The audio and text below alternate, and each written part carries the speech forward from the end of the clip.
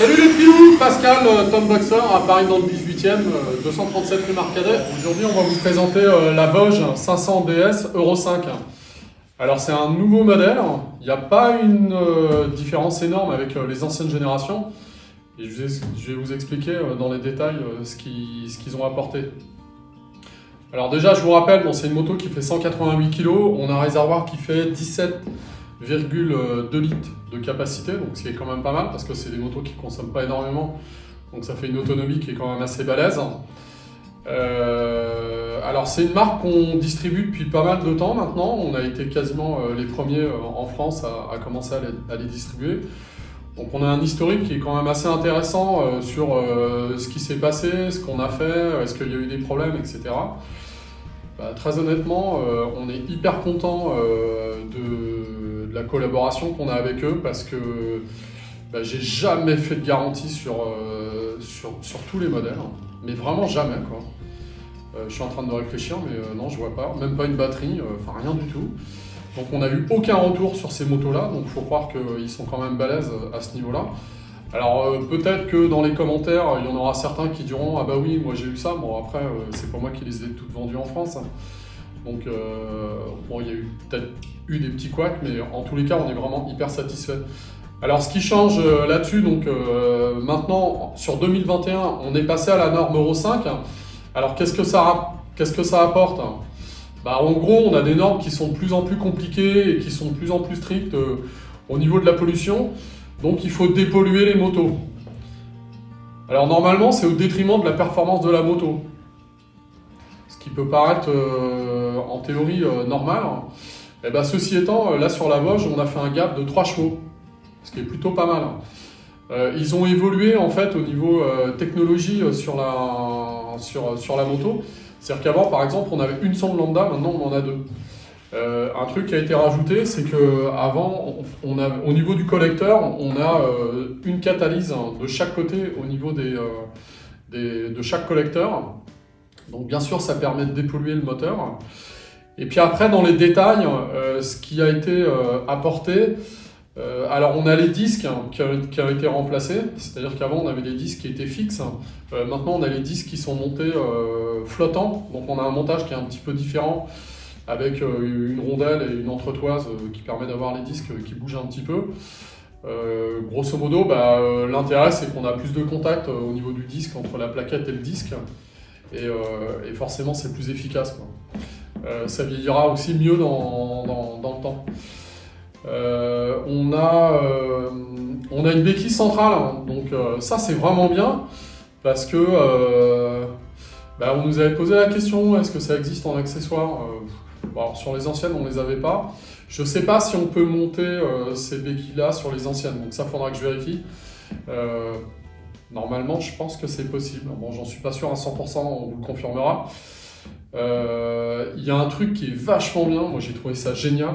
Bon, la bagagerie, elle était vraiment top sur les anciennes générations. Le gros intérêt, c'était le prix, parce que là, on a la moto qui fait 6 195 € et avec la bagagerie, 6 895 €. Donc il y a un gap de 700 € avec la bagagerie. Alors, c'est les 2 valises, plus la sacoche avec un petit dosseret qui est assez sympa, en bas et en haut. Mais vous avez aussi tous les supports. Alors, je vous rappelle un truc, c'est que Vosges, ça fait partie du groupe Lonsin. Lonsin fabrique pour BMW. Et en gros, ce qu'ils ont changé sur les valises, c'est qu'on a une fixation qui est identique à ce que fait BMW. Là, à côté, dans la boutique, j'ai une R1200 GS Adventure. Alors, je vais vous dire ce qui change. Les crochets, ils sont en plastique chez BM, ils sont en aluminium.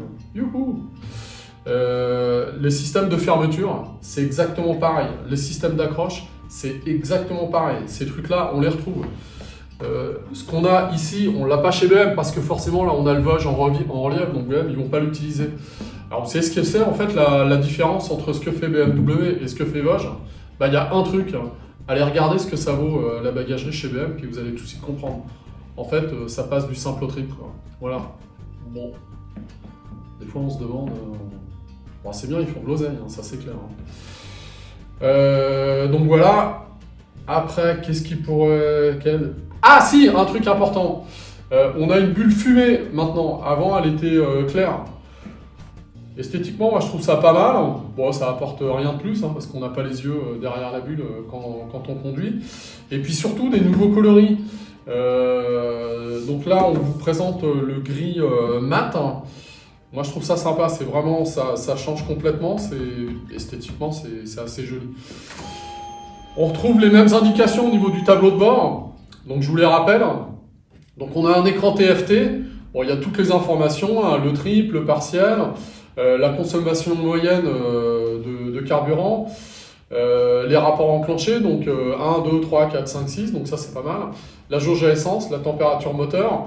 On a une connexion Bluetooth avec le téléphone, hein, c'est-à-dire que quand vous avez un appel entrant, eh bien, ça va vous indiquer sur votre téléphone, bah, tiens c'est maman qui m'appelle, voilà, vous savez qui c'est. Vous avez l'horloge, le voltage de la batterie, et un truc qui est vachement important, c'est que vous avez un capteur de pression des pneus. Donc vous avez une alerte mini et une alerte maxi. Donc dans les deux cas, ça va s'allumer en rouge. Et bah, ça c'est pas mal parce que c'est vrai qu'en fait quand on a une micro-fuite sur un pneu, très souvent on finit par faire avec et puis à un moment donné on s'en rend plus vraiment compte, sauf qu'il nous manque 500 grammes dans le pneu et là ça commence à être limite dangereux. Donc ça c'est bien parce que bah, c'est une information supplémentaire et au niveau de sécurité, c'est dommage de s'en passer.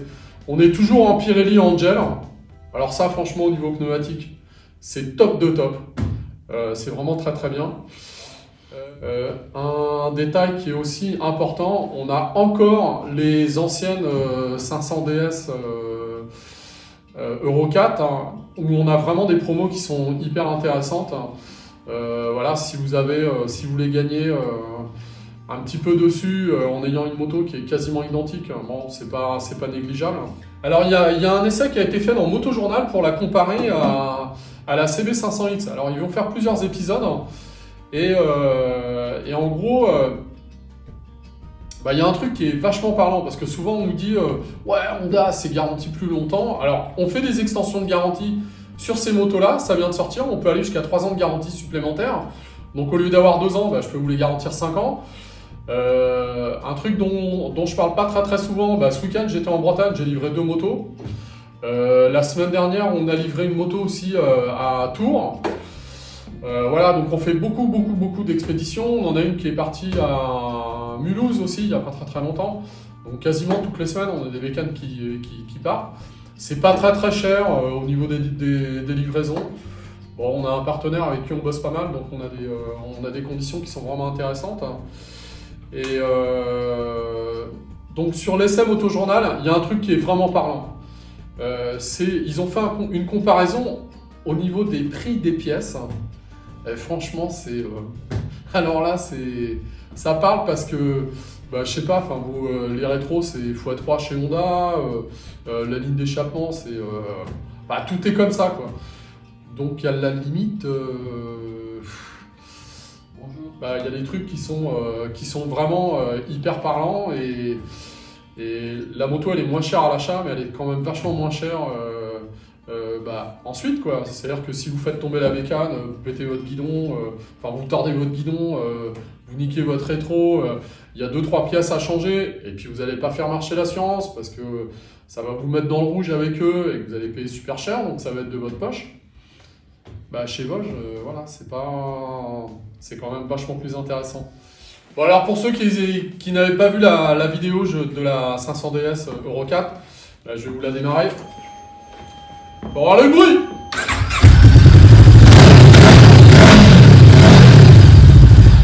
Donc ça c'est parfait, c'est pas trop bruyant. À noter, un truc important, ligne d'échappement, tout inox, intérieur-extérieur. Autant dire que c'est garanti à vie quoi. Et puis la hauteur de selle, alors je fais toujours 1m73, j'ai pas grandi, toujours comme ça. Donc moi je suis très bien dessus. Alors c'est une moto qu'on peut rabaisser, je l'ai fait tiens justement il y a pas très longtemps, donc ça c'est pas mal d'en parler. Il y a une boîte, alors je sais plus comment elle s'appelle, mais sur Google vous allez trouver, il y a des kits de rabaissement qui existent. Donc moins 20 mm et moins 30, je sais plus combien, 30 ou 35 mm. Et donc en fait ils fournissent